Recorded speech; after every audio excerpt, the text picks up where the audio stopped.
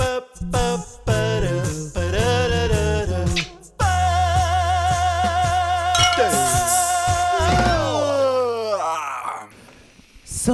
God damn it, Kai, Daniel. Cheers, yo. Cheers. Thanks. Welcome. Thanks for dressing us up like Apache pilots for podcasts. No Yeah, I feel like fucking like Michael McIntyre or Jared Bray, and you know those comics that use head mics. So they can, you so wish you had Michael's so money. so they can you wish you had gesticulate. Michael's money. I wish I had his money. Yeah. Yeah. But even we know about his money, and we're over here in bumfuck.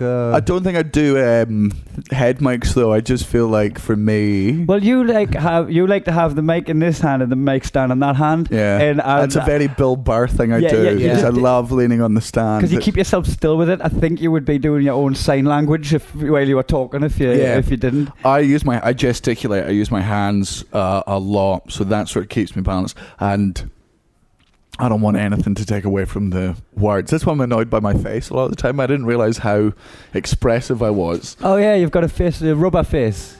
Yeah, it's really malleable. Yeah. I honestly thought I was deadpan until people started mentioning. They were like, "Your faces are great," and I was like, you're a physical comedian. because on the inside you didn't process how much it shows on the outside. "Yeah, just because I only listen to myself back. I don't Okay. because I'm only listening to the words." By the way, this is. I think it's. Yeah, you're wearing like a headband, you fucking moron. Well, is my face red? Now you look like somebody who plays fucking Counter-Strike. Just fucking noob. Yeah, he's just threatened to fuck Russian people's mums. Your mum's a whore. Yeah. It's weird because in the last 6 months I did 4 shows without a mic. Totally like But just with a head mic or like projecting to the back of the room. Yeah, I've In done that- that. in that room. Did you enjoy I it? fucking loved it. Yeah, it's good. It's I understand it more because it's more how you would actually talk normally. Like that as a performer, it makes you more. It's more natural to how you talk in real life. Yep. The only reason I wouldn't do it is because fucking feels like a TED talk. Like my stuff is there's long periods of my show where there's not necessarily a fucking punchline. So If you're softening your voice at points as well, you can really be impactful with softening your voice, but you can only do that with a mic. If you're doing something that needs to have the atmosphere of softening your voice, but while projecting it, It's microphone. You can do it, but it's really difficult. I think microphones also. I've got a whole thing about the one of the ways to not get heckled is you've got to understand how rudimentary and how archaic our brains are. The reason I go on stage and I'll not talk to the audience for 5 seconds, I'll not even acknowledge that they're there. I'll walk on, take the mic out the stand, move the mic over there, sort out my fucking drink. Make yourself at home. Yeah, I mark my territory. I go, this is mine. This is my fucking domain. Yeah. It's a very subconscious thing, but because I don't enjoy hecklers. Even if it's nice heckling and people joining in, I know what I want to say. Do you think anybody actually enjoys hecklers? I mean, Well, I think enjoying it. Jimmy couple of Carr, comedians. Frankie Boyle, like the ones. John that, Hastings is at his best when he's dealing with something happening in the audience. Like, have you seen John Hastings, Canadian comedian? But like, don't you if think stuff that goes down, then he just comes to life and deals But don't with you it. I'd think rather not. that's just they're really good at coping with it? Do you think they actually they're still enjoy it? Probably not. Maybe not, because I always do think there's just most of the time somebody fucking heckles you, is you just going, I wrote this show without you in it, can't shut your fucking mouth. Like, and you feel like the audience out there have paid for a ticket to see what you've written. They're getting shortchanged. That's one of the ways I like to deal with the audience is hecklers. Is if somebody heckles, just go full on teacher mode. Just give them the attention they want. Stop the show. Yeah. Turn around and look at them. Stand in silence and go, "What did you say?" And then make them make them self-aware. Yeah, make them self-aware. Just go, I've stopped. I remember when everyone was laughing and now nobody's laughing. You did that. You're the reason we're now in this thing.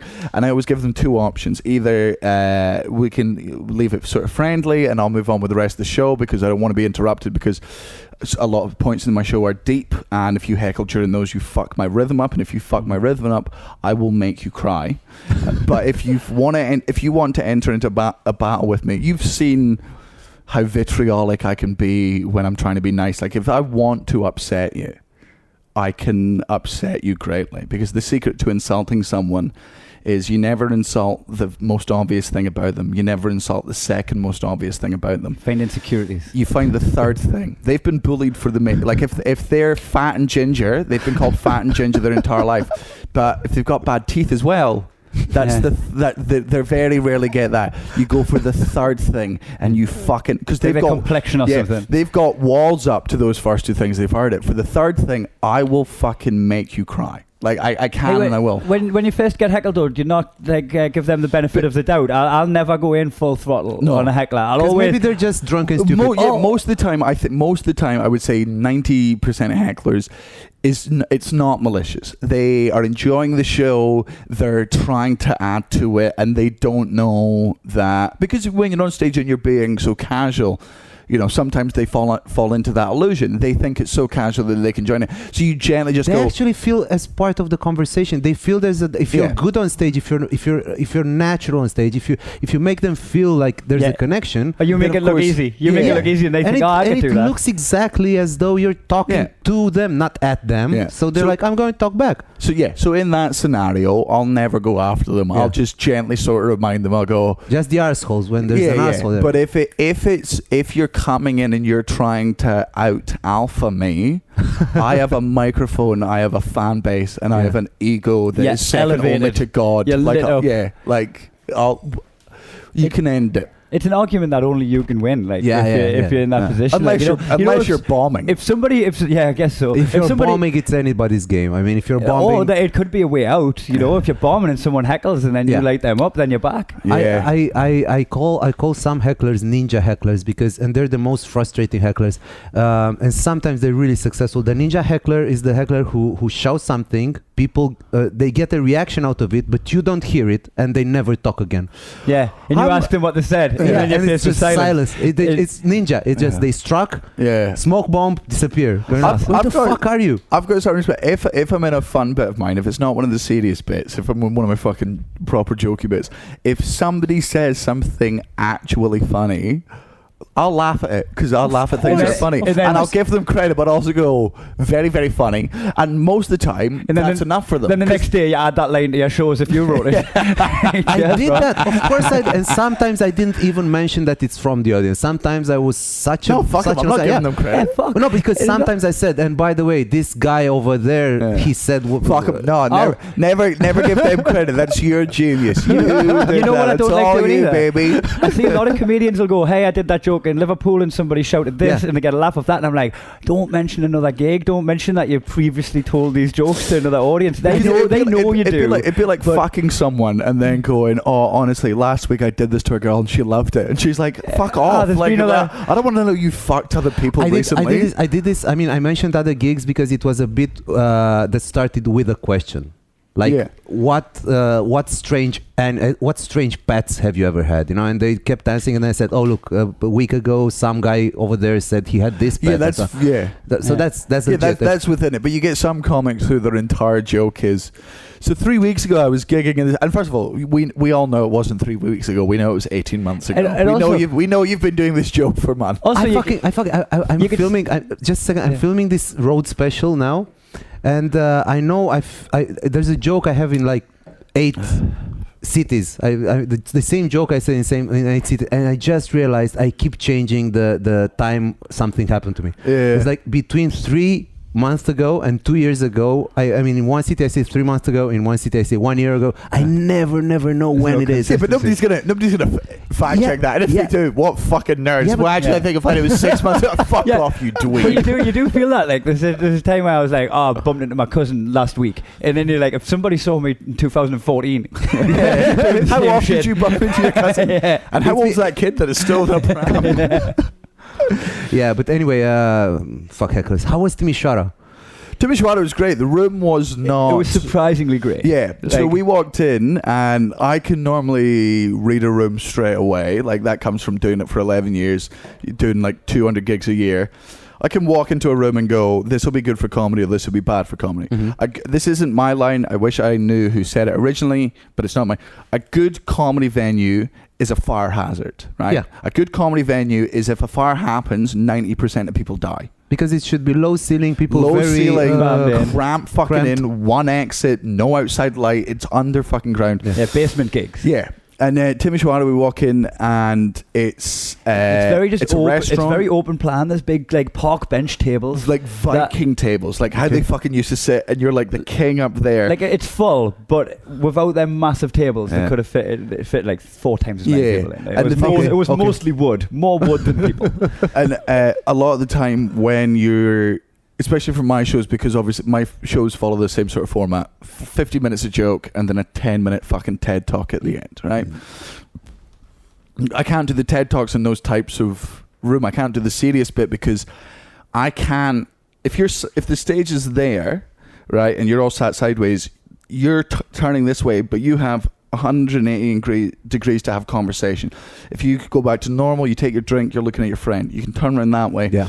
Whereas if you're front facing me, I'm the fucking center of your attention, and there's no escape for you. So that's, if when I'm trying to make the audience uncomfortable, which I do try to do, they have an out on sideways facing tables. They're not the captive audience. They're not. They can get away. Yeah. So I find, so that's why in Timisoara I didn't do the real ending of my show. It was still a great gig, and I added in extra jokes because I didn't want to take anything away from them. But I didn't do the serious ending of it. Same with this one tonight. Just didn't do it because they laughed so much, and then I looked at the time and I was like, I don't have. Yeah. Let it just be a funny show. Yeah. You need to be in that moment for as long as you need to be in that moment, and if there's another audience that needs to get in, you can't be stuck 55 minutes of my material can be done in any room in the world, but the last 10 minutes of it can only be done in theatre spaces. Okay. And that's just because I'm a giant wanker. And I guess it's like the At least you got to the level of giant wanker. It's a lot better than I'm no being longer a small medium wanker. just the average wanker. Yeah, just the average It wanker. hurts to be an average wanker. I mean, to be fair, that is essentially what being a stand-up is you're just trying to be the average wanker. That's why when certain comedians get famous, like, they lose touch with their audience. Yeah, but you're trying to be the biggest average wanker. I'm not trying. That's why I've always tried to just have a little bit of I want to appear better than you, but I'm not. I'll do a performance of, I'm going to use bigger words to show that I'm smarter than you. I'm going to use my logic to show that I'm more intelligent than you are. But then I'm also going to tell stories about what an awful piece of shit I am and how stupid I am. You have to balance it. And the intelligent parts of your show are very much, you learn specific things for that part of the show. And if anyone tries to have a conversation with you, then you find out you're not as intelligent as you appear on stage. Exactly, yeah. It's all smoke and mirrors. Yeah. Because even if you're the most honest comedian in the world on stage, it's still all an illusion. Like 99% of my material is 100% true. But do you find that people don't believe it to be true? Because because they watch other comedians whose set is 50% lies, and I've got no problem with comedians. Yes, but listen. Lately it's been blowing my mind because my style has been getting more personal these last years, and this show I've been doing these few months, it ends with a story about how I got really drunk with my dad, and when I was like 6 years ago, and I fell from a second story. I fell to my head from a second story, like. Really got drunk, fell to my head. It all makes sense now. My driving. but it's like I got people.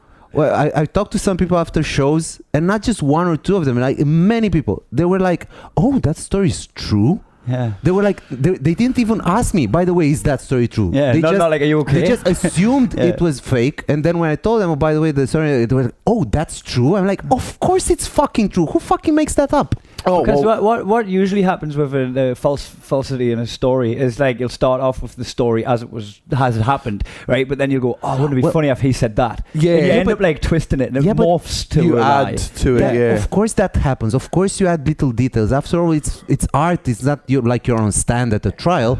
Yeah. But they were asking me if I really fell. Like the core of the story, they were saying, "Oh, you really fell?" And of course, I really fell. But I think that'll change over time because you just have to, once you start being really honest about all the awful stuff on stage, the second you start saying stuff that's so awful that it couldn't be a lie, is when people are like, "Oh God," then they sort of trust you more, and that's so. My show last year, I was doing a show about whether or not I was a sociopath. Okay. which I'm not, but then again, I would say that. Yes. And one of the bits I did was at the end, there was just this little rant at the end where I go, either yes, I am a sociopath, or no, I'm not. Either yes, I am a sociopath, and I've just made all of this up. Maybe I lied about this. Maybe I lied about having a dead sister. Maybe I never had a sister. Maybe I only made up my dead sister to further my fucking comedy career. And it was very clearly a joke, but done seriously. But just that element of doubt that you put in the head, that like, he would be the worst. Yeah, exactly. Because I would be the worst human being in the world if I made up a fake disabled sister who died just to get fucking empathy and laughs. But there was at least 2% of the audience. I mean, you're a bad person that you actually did have a disabled sister who died and you make jokes about it. What was she going to do? Even if she were alive. Yeah. Look, she's had her time to haunt me. So I have conclusively proven that there's no such things as ghosts. I'm starting to think Daniel There's a statue of limitations. Or maybe the ethereal plane is just not wheelchair accessible. It's called the Stairway to Heaven. It's called the Stairway to Heaven. Yeah, she's only in hell because it's a stairway to heaven, so she can't.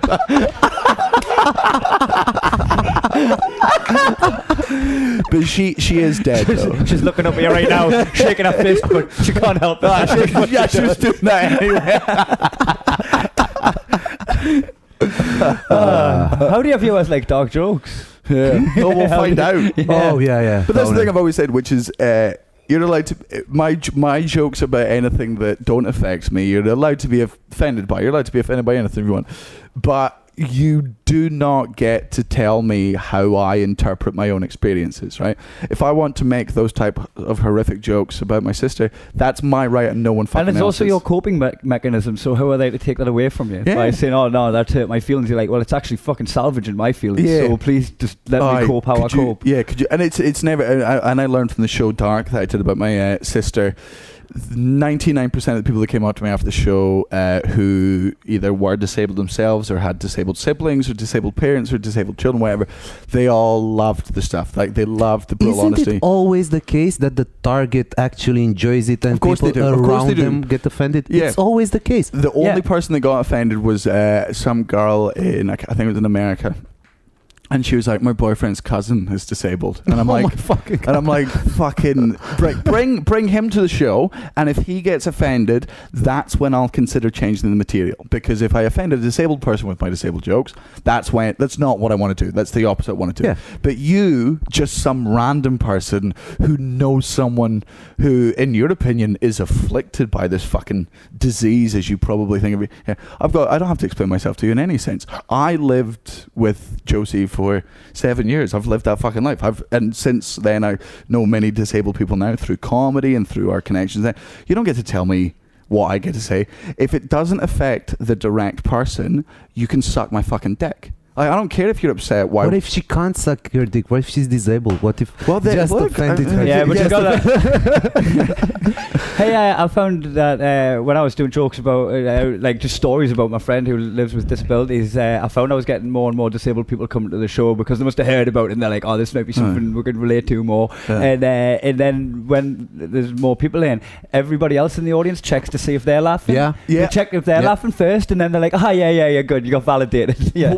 What was the other place in Germany we did that wasn't Berlin? It was Dusseldorf. So Dusseldorf. So when I was doing the Dark show, the show about my sister, there was one point, and this is where I had to catch myself. I looked out, and it was the first time ever that I saw 3 people in the front row who very clearly had cerebral palsy, the same condition my sister had, right? And I looked out, and I got a little bit of fucking fear in me, and I was like, oh, I can't do those jokes tonight. And then but the minute you think that's when you know you're on. The minute I thought that, I was like, no, I have to. If I'm not willing to do this joke in front of them, then it's wrong. They're not worth doing. Yeah. And the same thing as you said happened. I start going into the joke, and then immediately everyone turns around to look at them, and I caught the audience, and I was like, don't check their fucking reaction. No. They're shaking no matter what. They don't give you permission, and you don't give them. It's not laughter, it's a condition. Yeah, they were going to be doing one of the ladies was pissing herself laughing. Just show your teeth, guy. They think that you're laughing.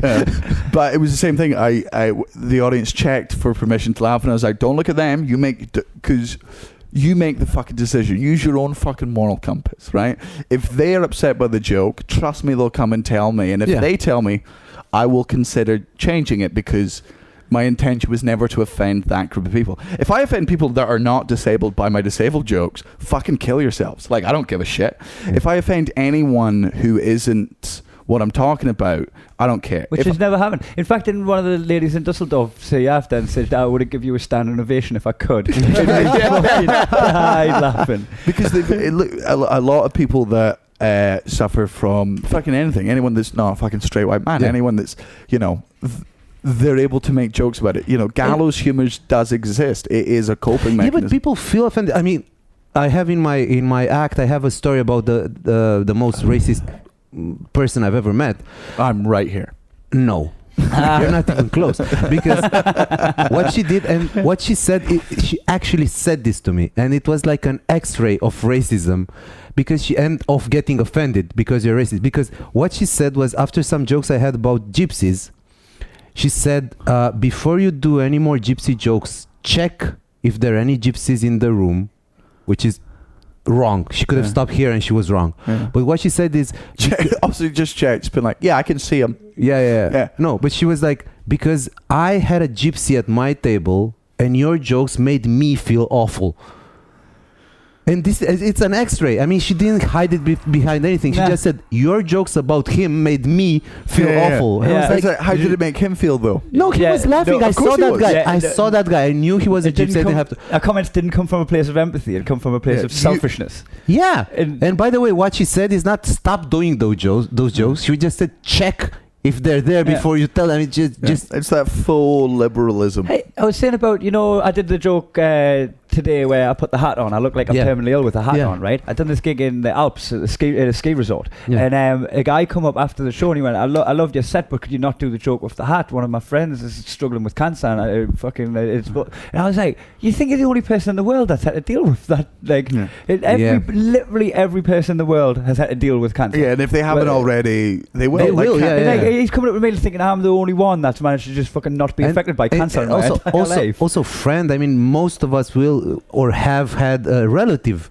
Yeah, forget the friends. I mean, it's your close relatives. They will have cancer. I mean, fuck, man. Like, I've lost people, family members because of it. And then he's saying, "Oh, you can't do that because I'm affected." You're like, but I had a good one. I did a thing 2 weeks ago on Instagram where just, you know, I made loads of fun about my sister dying and loads of jokes about every single part of it and, you know, the coping mechanism. So I went on Instagram and I was like, please send me your stories about why death is funny. Send me times that you've laughed at fucking horrific situations to do with death. And one of the best ones we got through was this girl, her mum was going through chemotherapy. So she'd lost all of her hair. It was like fucking stage 3 or something. And she was upstairs. The girl was upstairs just on a computer, and her mum starts screaming and shouting, and she's like, she doesn't know what's going on. She doesn't know if it's like something to do with the chemotherapy. And her mum comes upstairs and she's shouting her, but she's drawn on 2 angry eyebrows. So she's just yelling her, but because she can't show her emotion, she's drawn on. She's like, you do the dishes, and I'm like, that's the funniest thing. Like, that's unbelievable. Emojis coming to life. That's some people, like, if you're in that situation, that's the funniest thing in the world. Finding humour in the darkness. Finding light in the darkness. But there'll be some people that just go, oh, that's so awful. You go, no, the victim is laughing, you're and thinking everyone... now, the pity you're pouring on a person who's dealing with it. No, because maybe they have a friend who had a permanent marker accident and just drew on a little not even a family member. And it stayed, they did it as a joke, but it stayed there for 2 months. And they look like Hitler for like 2 months, and they didn't want that. And then if the shoe fits. It's really. I mean, if you ever do accidentally draw on a hill, you just go full goatee at that point. Sure. Oh yeah, draw on the rest of it. Yeah, you're not like if it's not scrubbing off, you draw on a full mustache. Put a couple of twirls on it.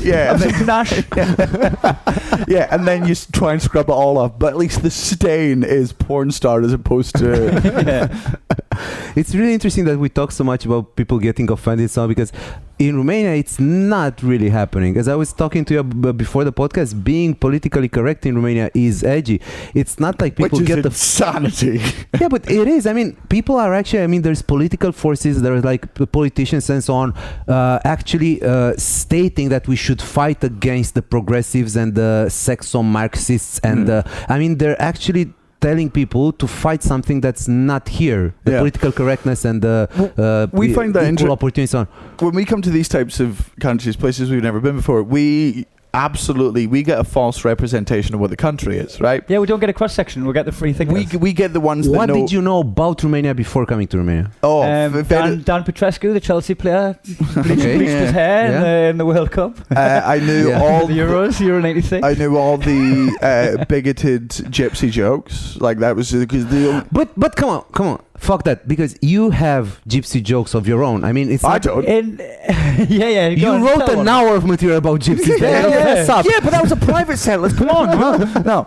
I've when I think gypsy, I mean, British people. I think of Snatch, like the character in Snatch, like Mickey. See, this is what I'm saying. I mean, the British have jokes about. I mean, they even have their own terms, which you don't have. Like pikeys, we don't have it. Pikeys, yeah. In America, across the road from Nerdmail, which is a comedy club in America, there is a British bar called the Pikey, and I was just, I'm like British as well. I'm like, this is not even horrifically offensive, right? Not even an Irish bar, which isn't part of Britain. It'd be like fucking having a bar in England called the N-word, and it's like, no, but it's run by black people, and you're like, that doesn't make it okay.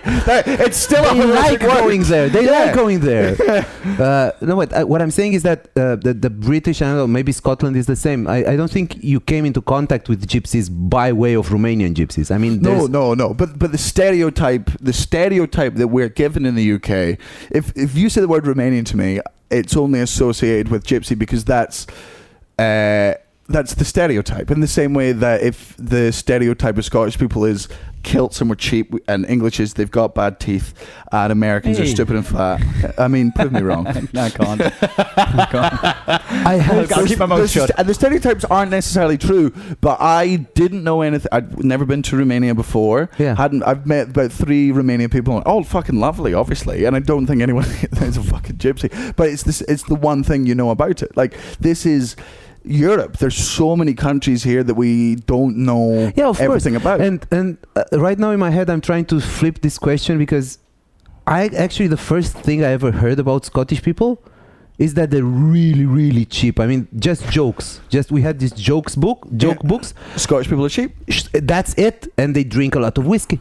Yep. So it's where whiskey comes from. And they're really cheap. Whenever I go to America, it wasn't a stereotype I knew about the Scottish people until I went. I thought Scottish stereotypes were bad health, like don't eat vegetables, bad teeth, and drinkers, which I'm fine with, by the way, because they all apply to me. The groundkeeper off The Simpsons give the whole cross-section of Scotland. Willie from The Simpsons, right? So that was fine with that. And then I went to America and I started doing gigs there, and people started calling me fucking cheap, and I was like...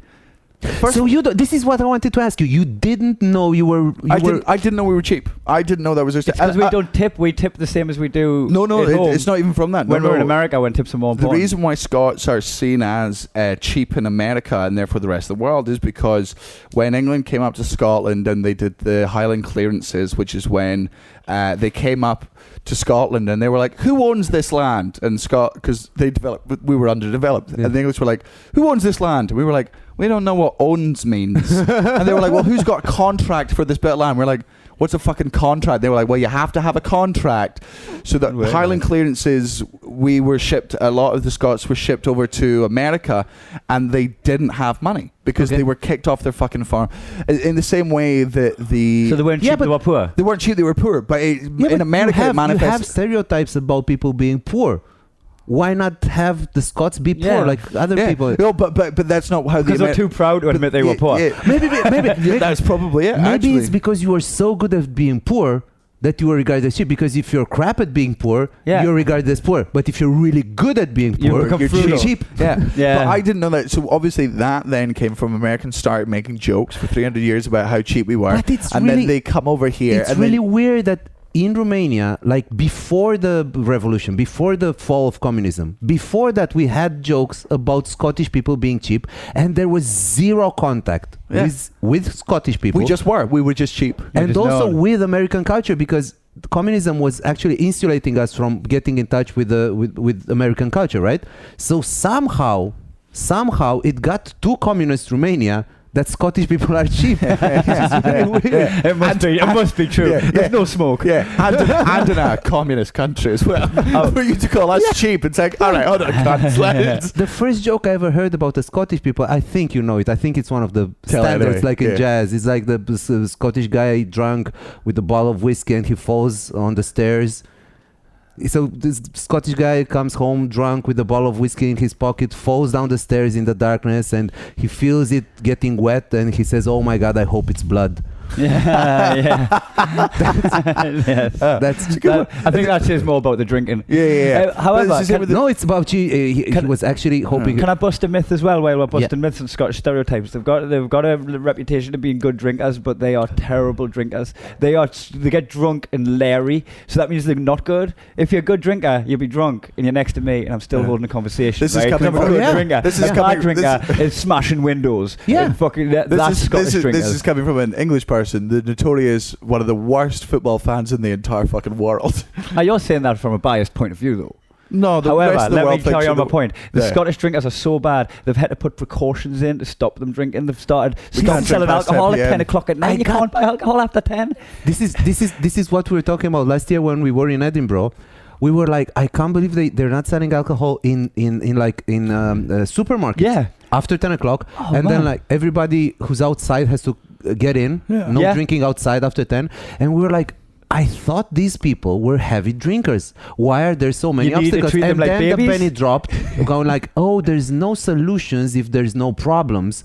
So they must drink. They must be such bad drinkers that they had to have this solution. I don't think it's necessary, but it's just you drink to excess, proper excess, and like you just have to fight. Romanian males. The study just came out. Romanian males are the heaviest drinkers in the world. Fuck it, suck a dick. Absolutely not true. You can suck a statistical. A study based on fucking what? Hold on, we've got a late start tomorrow, so put your money where your mouth is. Catch up, motherfucker. I may not be a representative, but you can suck a statistical dick. I'm not drinking with the Romanians I've seen at the bus stops here. By the way, fuck your red wine and gin tonics. What kind of sissies are you? And by the way, this is Romania. Sissy is like PC here. Oh, Jesus. No, it's like faggot. It's a fine wine. No. This is bumholery, the red wine drink. I'm just drinking red wine with you because I'm trying to make you feel comfortable, but this is highly homosexual here. But then again, they know how to drink. Those gays know how to drink. To the gays that you don't like get married. To them ones. Those ones. But I always think, because I don't like beer. I hate beer. I've never drank beer. I have some high quality traditional homemade alcohol at home. If you want to see what people in the northern part of the country where she's from get fucked up on, you can see that. It's 50 proof. I don't want to go fucking blind. We had a No, it's not. No, it's really good. It's really high quality. You've got glasses on. She doesn't drink. Do you want to see the worst joke I have? This is my favorite joke. Oh, no. He knows it, you see. Voice player with sunglasses. It's my favorite joke. Joel, this is a proper dad joke, right? Do you want to see my impression of an ant? No. Yeah. Don't laugh at him. Stop laughing at him. I love you. There's a real art to a shit joke. Shit joke. One that just makes everyone go, fuck's sake. It's a real dad. You have such good end of career material, Daniel. I know. I'm ready to be a dad. I really am. It's granddad material. Our friend Barry does this one where he's got a beer mat. It's like do you call it like a coaster? The coaster. So you tear it and you put it on your nose. You put it on your nose like that, so it's stuck, and then you turn around and go, "Who threw that?" We'll be drinking until 3 a.m. and at one point he just sticks a coaster on his nose while I'm discreetly, and goes, "Who the fuck threw that?" It makes me cry. As a professional comedian who likes, the likes of, Bill Burr and Bo Burnham and Mike Birbiglia and Sarah Silverman and all these amazingly intelligent comics. Thank you so much. I laugh at the dumbest shit, like the stupidest jokes in the entire world. But our favorite joke on tour so far is whenever we have to do, you go into an airport and you go to one of the machines where you check in and they print out the boarding pass. Yeah. On the screen, they show you an image of them printing the boarding pass. So my favourite joke is to pretend that I think that's the ticket. And he's done it every day of the tour. Every day. And the more you do it, the dumber it gets. And stupid jokes are the fucking funniest. But you've got to repeat them a lot for them to work. Yeah. Like the first time's kind of funny, the second, third, fourth, fifth time aren't funny, but like the 8th, 9th and 10th time they become funny again. My mum, dad and brothers were doing scuba diving lessons because they're middle class. And they were getting their scuba diving license. So they came back from this trip where they'd all got their full license, and my brothers came back. My brothers are 18 and 15. I was like, how was it? They were like, we fucking hate Dad. And my dad's already laughing. I can see my dad, he's so proud of how much he's annoyed them. So I'm immediately on my dad's side, right? Because it's funny to embarrass people, right? And I'm like, why? What was he doing? And every day they were on boats with different fucking people, and my dad would sit there and he would talk to the new people, and my brothers would go, don't do it, and he'd go, nah. And he'd sit beside them and he'd go, do you know why scuba divers fall backwards out of the boat? And they go, no. And he goes, because if you fall forward, you're still in the boat. Which is such a pathetically shit joke. And he just did it to strangers every day. Every day, because the joke then isn't about the joke. The joke is so the how audience much is it the annoys. kids. Of course, yeah. No, the audience is my mother. Oh, okay. Because it annoys my brothers. So your brothers were just innocent bystanders to your father's ongoing show to your mother. And I remember being young when my dad did those jokes to me and how much they annoyed me. And now to be part of the audience, you do go, oh no, it is funny. It's so funny to do a joke that makes everyone go, oh. But don't you think that you know how sometimes if you talk to let's say a really good chef, a great chef, right? Yeah. And you give them something basic to eat, really good but basic, and you go like, I'm sorry, this is what we have on offer, and they'll go like, no, this is what I fucking want to eat. I mean, I might cook like à la loin de bon, but this is what I like to eat, right? And this is I think this is exactly the same. I speak perfect French. Bugger off. I speak perfect French. Did you just say bugger off? He speaks perfect English as well. Jesus Christ. I never expected the phrase bugger off to come out of that fucking mouth. Yeah, that's the first time I nearly actually buggered off when I got told it. I was like, oh, well, I guess he means it. He learned a second language to tell me to bugger off, so I'm out of here. Yeah, just feeling my drink up. You're just fair game at this point. I was just making sure that they hadn't Cosby'd your drink.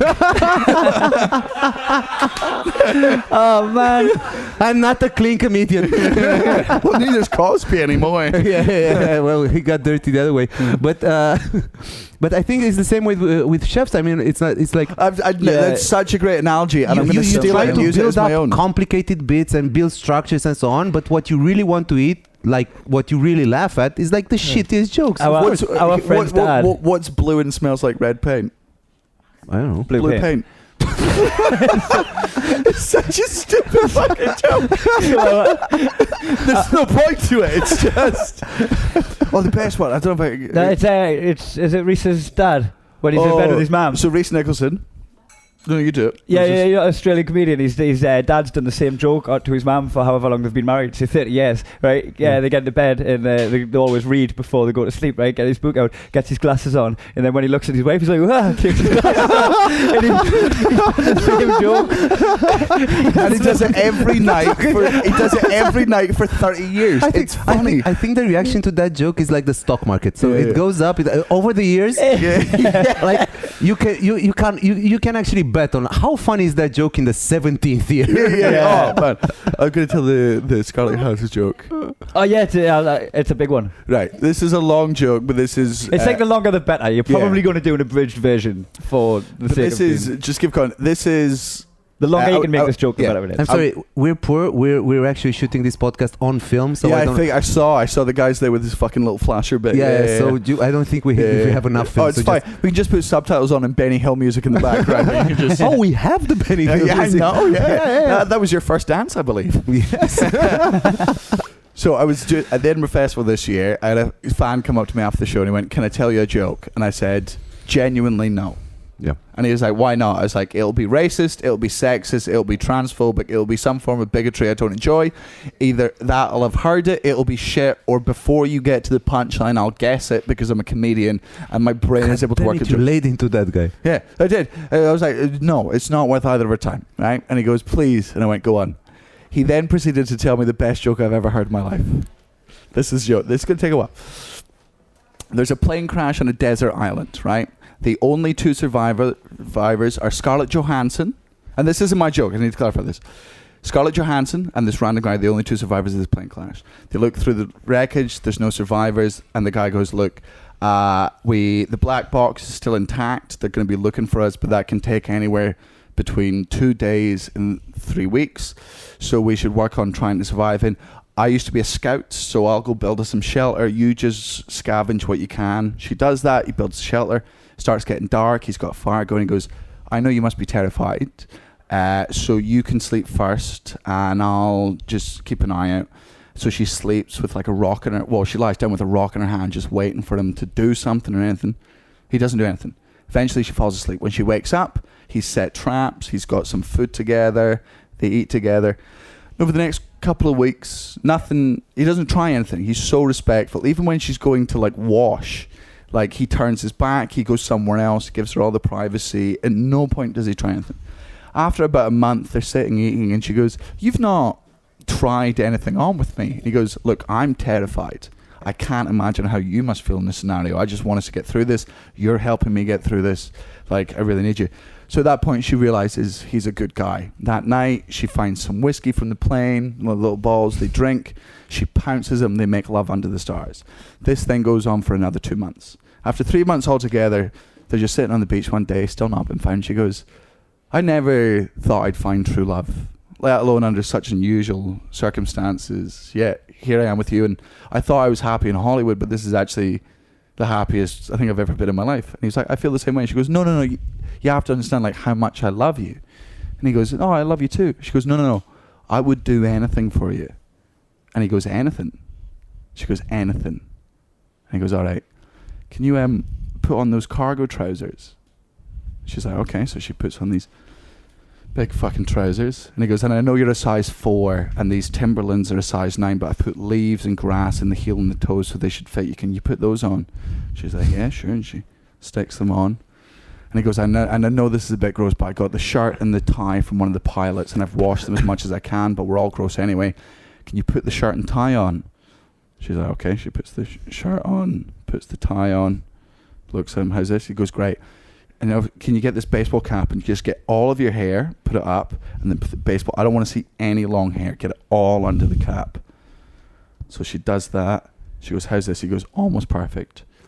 Just go get some of the ash from the fireplace. And just, can you draw on a mustache and a beard? And she's like, is this what you want? And he goes, more than anything. She's like, okay, I trust you. She gets it, she draws on the mustache, she draws on the beard. She goes, how's this? He goes, perfect. And Scarlett Johansson's like, well, now what? And he goes, oh, just walk down the beach. For how long? Oh, just keep fucking walking. Just walk down that fucking beach. She's like, okay. And she starts walking down the beach, just confused. 3 minutes later, he runs up behind her and goes, mate, you'll never guess who I've been fucking for 3 months.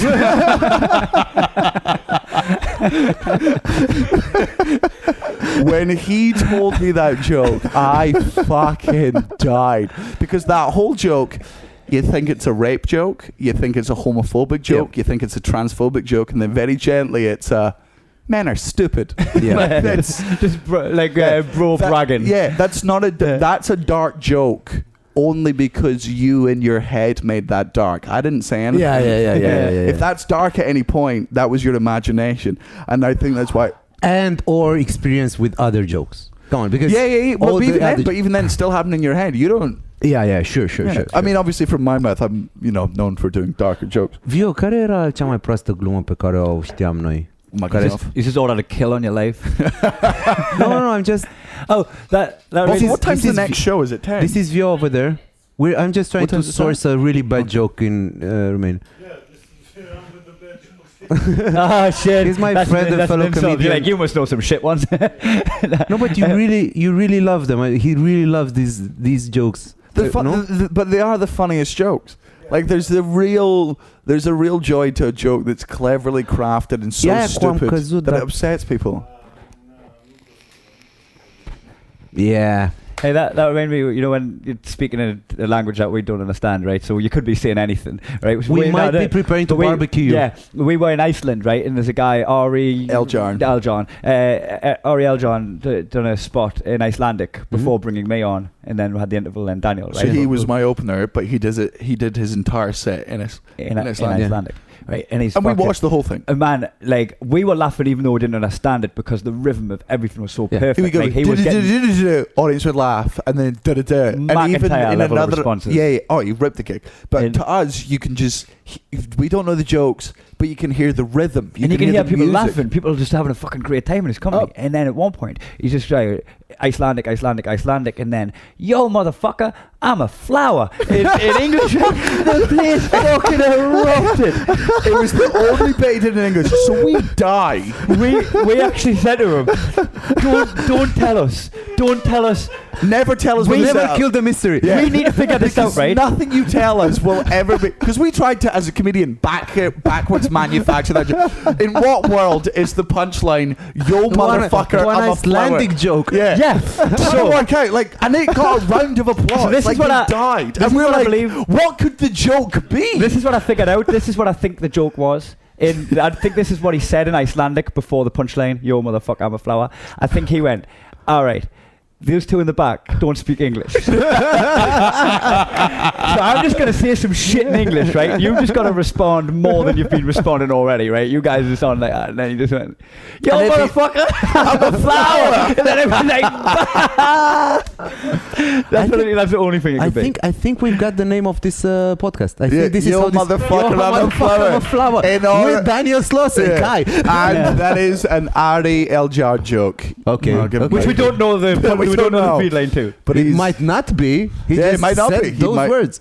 Yeah. Because I used to do that. I mean, a lot of comedians have done that game of just like whenever you see an audience member leaving to go to the toilet, you just go, right.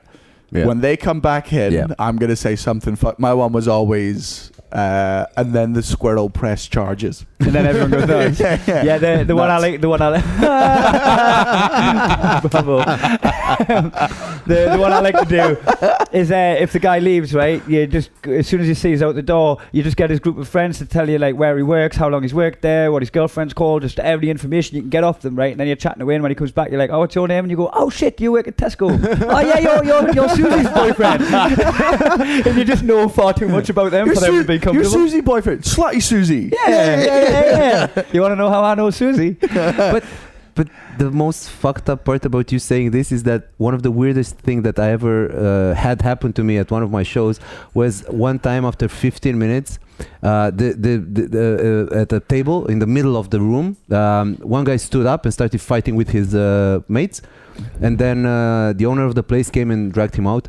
And then he talked to him, and I talked to the owner after the show, and he told me that guy went berserk because after 15 minutes of my show, he became utterly convinced that all my jokes were about him and his life. Oh, that's some psychological issues. Yeah. That's some paranoid shit. I've always said, people that get offended by jokes, being offended by a comedian's jokes is the highest level of narcissism that exists in the world. And I say this as a narcissist. This is a level of paranoia. This is paranoia. This is not narcissism. He wasn't offended. He thought I was talking about his life specifically. Yeah, but that's narcissism. To think that this comedian who you've never met before... because he's paranoid. His paranoia worked for him. So his paranoia made up a situation in which I would find out. Like, he knew that the owner of the place knew his boss, and he knew that they had troubles, and he knew that the guy that owned the club knew him, and he thought that the guy who owned the club told me... He needs fucking therapy. Yeah. He thought that the owner of the club told me, listen, there's this lay guy, off the devil's lettuce. No, because what happened is that the guy, the owner of the club, told me, look, this guy wasn't drunk, wasn't high. He wasn't drunk, he was sober, and he was convinced that I put you up to this. I told you about his life, and you wrote some jokes, 15 fucking minutes of material specifically about his mother, his job, his house. It was, and if you did, what a very personal comedian. come on, that's like the that's a level of work ethic. I can't I would imagine. be sat there with so much respect for you. For doing that. Like, I was going, oh fuck, man, this is your life. a really good comedian. If I went to see a show and the guy was like, imagine having a fucking dead disabled sister, I'm like, this motherfucker has done his research. The fact that everybody's laughing as well. That and if he thinks it's like specific to him, that would be very niche for everybody else to find it funny. It's like it was his personal lap dance. Like usually it was striptease, but this was a lap dance. I'm sorry, do you think lap dances are personal? Well, they're in a more personal setting. They are, but I think they do that dance for everyone. Yes, but they also fuck with everyone. Every girl you ever fuck but with. they don't whisper in your ear, I danced for another guy the other day. In Liverpool. He had such a huge cock. Yeah. Okay, our battery just died, but I think we should get to the show. So, Daniel, Kai, thank you so much, man. Let's go to the next show. Thank you, man. Thank you.